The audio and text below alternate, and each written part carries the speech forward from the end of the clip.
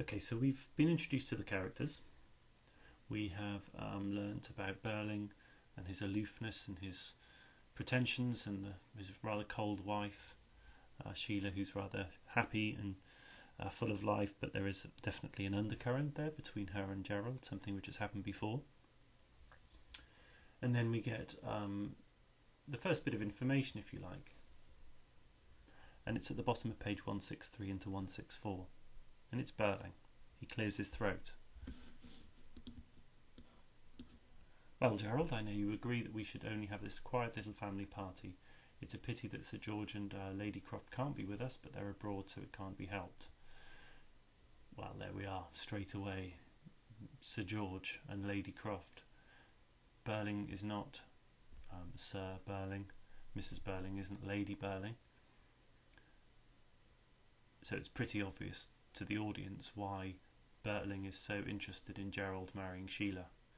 In many ways, this is rather a business transaction to him. He wants to marry into titles. He wants to have in-laws, wants to have relations who have a title, Sir and Lady. So straight away, the audience is realising that not only is this a man who has pretensions towards having more money, but he also has pretensions towards higher standing in society. But the fact is that Sir George and Lady Croft can't be there, and they sent a cable, a telegram, suggests that maybe Sir George and Lady Croft aren't as happy about the arrangement as maybe Birling is. And then at the bottom there, it's one of the happiest nights of my life. I'm going to tell you frankly, without any pretences, that your engagement to Sheila means a tremendous lot to me. Well, of course it means a tremendous lot, because as we know, he's going to marry into a title. And again, it's repeated, you're just the kind of son-in-law I always wanted. Your father and I have been friendly rivals in business for some time now. And now you've brought us together, and perhaps we may look forward to the time when Crofts and Birlings are no longer competing, but are working together for lower costs and higher prices.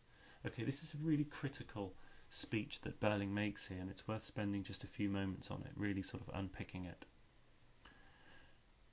This marriage is a marriage, as I said, as more of a business transaction. This is a merging, or a hopeful merging of companies.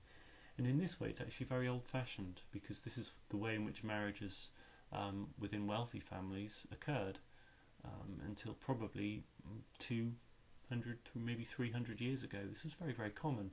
Families would marry to solidify business relationships, to solidify the names of the families. And so Birling isn't really doing anything here which hasn't been done for hundreds of years. The difference, of course, is that his desire is purely monetary. Lower costs and higher prices. Lower costs and higher prices. So it costs them less to make the goods, but they can sell them for higher. Purely personal gain. Not interested in anything other than what's best for him. So as well as a man who's pretentious, he is in many ways rather an unpleasant man, a man who is only out for what he can get, and who sees his daughter as being almost a bargaining chip. So let's bear that in mind as we continue to watch the play, because we see a man who we know as an audience, if a man is introduced like this to us, to the audience, we know that something is going to happen to Birling. We know that this rather arrogant bubble is going to be burst. A playwright doesn't set up a character like this unless he's prepared to destroy that character as the play develops. And the bigger they are, the harder they fall. Important point to remember when we're analysing drama. The more a character has to lose at the beginning of the play, the more he probably will lose by the end.